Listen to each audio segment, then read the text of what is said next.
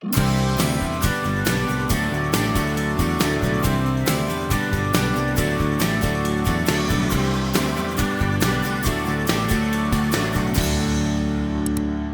meu amigo, oi minha amiga, como é que vocês estão? Tudo beleza? Bom, a tática desse vídeo é, olha o nome, que bacana, o poder do rapport na conexão.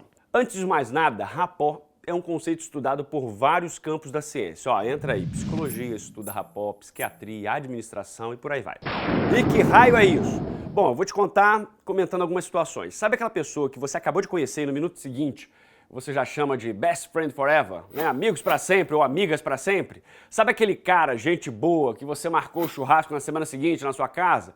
Pois bem, essa impressão que a gente tem em poucos minutos por algumas pessoas é o rapport.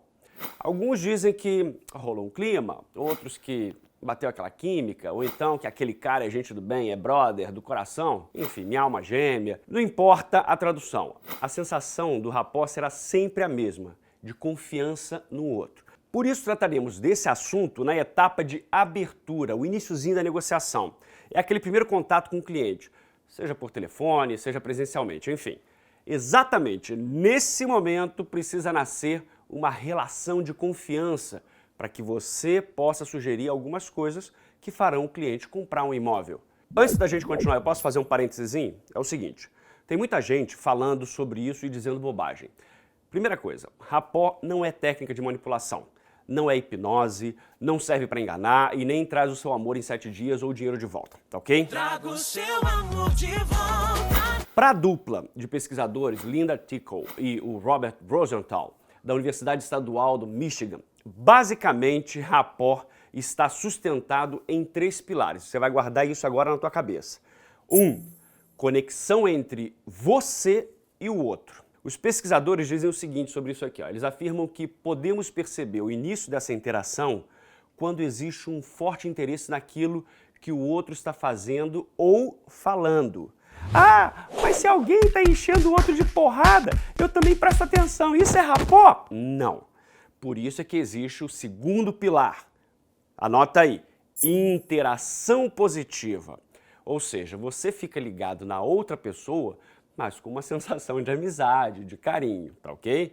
Nessa situação, a gente vai rir, a gente vai apoiar, a gente vai completar as frases e aí vai surgir o terceiro pilar. Anota aí, sincronia entre vocês. Como se fosse uma dobradinha no futebol, no nado sincronizado ou uma orquestra funcionando. O que isso quer dizer? Que as frases vão se completar, que ninguém vai atropelar ninguém, que você vai ouvir a outra pessoa com atenção e também vai ser ouvido com atenção, usam o mesmo tom de voz, falam usando um volume parecido, o mesmo nível de energia. Então essa é a parte que os pesquisadores consideram como sendo uma das mais importantes no rapport. É a terceira parte, o terceiro pilar, a coordenação entre vocês. O resultado disso tudo é a confiança. Depois que essa confiança surge entre 2 pessoas, fica muito mais fácil uma influenciar a outra num determinado assunto. Veja bem, pausa. Veja bem, eu falei influenciar e não manipular. E por que o rapport acontece? Bom, os estudos mostram que 2 pessoas que se gostam tendem a se comportar de maneira semelhante. E o inverso também é verdadeiro. 2 pessoas que se comportam de maneira parecida têm uma grande chance de se darem bem. Por exemplo, se eu acho que você é parecido comigo, eu me sinto seguro porque eu imagino que eu sei aquilo que você vai fazer em seguida. Agora, a pergunta de $1 milhão. Como criamos rapport com os nossos clientes para gerar confiança e influenciar a decisão de compra deles? Bom, com toda certeza, não tentando empurrar um imóvel. Esse é o primeiro passo.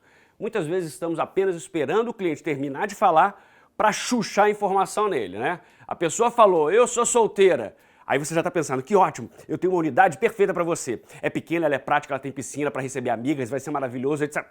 Por isso, nosso foco central é a busca de interesses em comum com o cliente para levantar necessidades. E você fará isso usando técnicas de relacionamento baseadas nos estudos do rapport. Vamos para a prática? Vamos lá.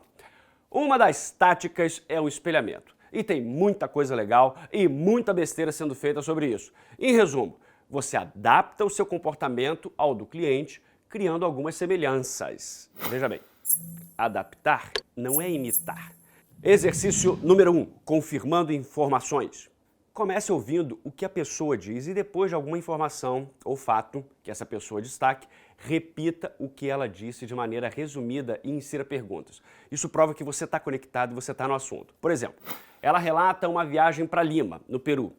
Após o relato, comente: nossa, que legal, você passou uma semana em Lima, numa viagem de lua de mel, boa, bacana, ou seja, você resumiu aquilo que ela acabou de dizer.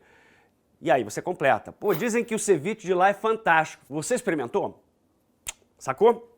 Então você faz o resumo e joga uma pergunta para dar continuidade ao assunto. Exercício número 2, velocidade, tom e volume da fala. No dia a dia, como é que você fala? Vamos analisar isso sobre 3 aspectos, como eu disse, e o primeiro é velocidade. No dia a dia, você fala ou você cospe palavras, como eu? Eu cuspo palavras, né? Por exemplo, o tempo perguntou pro tempo, quanto tempo tem? O tempo respondeu pro tempo, que o tempo tem tanto tempo, quanto tempo tem?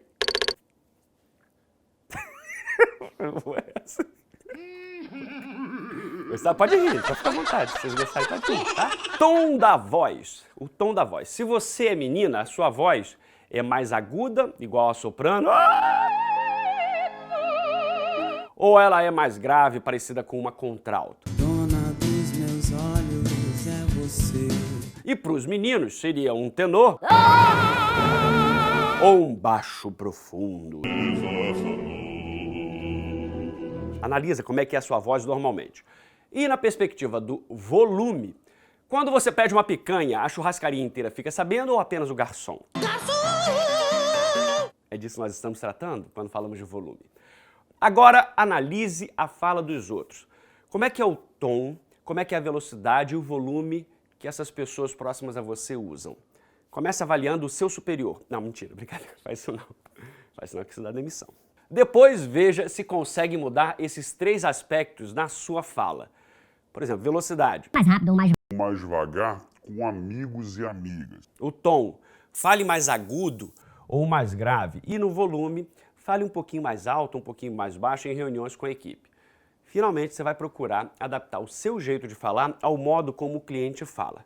Se ele é mais lento, diminua a sua velocidade. Se ele fala mais alto, aumente um pouquinho mais o seu volume. Se é mais grave, converse num tom mais adequado. No mínimo, isso fará o cliente baixar a guarda no início do processo de negociação, ok?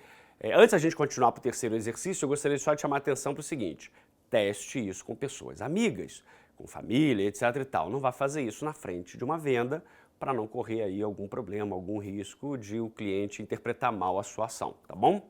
Teste antes, experimente antes. Exercício número 3, sorriso fake. Outro exercício interessante mostra a importância da emoção no contato com os clientes.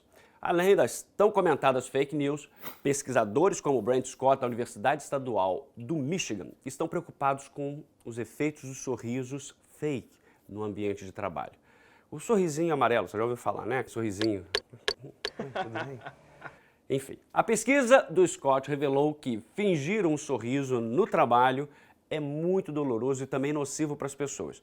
Quando uma pessoa finge o que não é, ela pode agir como alguém que não gostaria de ser. O resultado disso, segundo a pesquisa, são comportamentos antiéticos com os colegas de trabalho e com os clientes.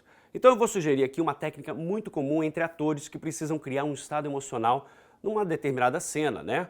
Sem fingir. É muito simples e traz resultados bem surpreendentes, né? Como a gente pode ver em filmes. Começaremos então com os estímulos da audição. Antes de um encontro com um cliente, experimente o seguinte. Então vamos lá, letra A. Pesquise no seu app de música, pode ser Spotify, Deezer, Apple, enfim, o que você quiser, coisas que te divirtam e deixem você feliz. Vale tudo, vale ragtime, não sei se você conhece esse estilo de música, vale podcast do Moção, vale músicas divertidas, pagode, axé, Bee Gees, enfim, evite músicas deprê, né, e de notícias trágicas, isso daí realmente não funciona muito bem. O que isso faz quando a gente coloca músicas felizes? Isso funciona como um aquecimento das emoções.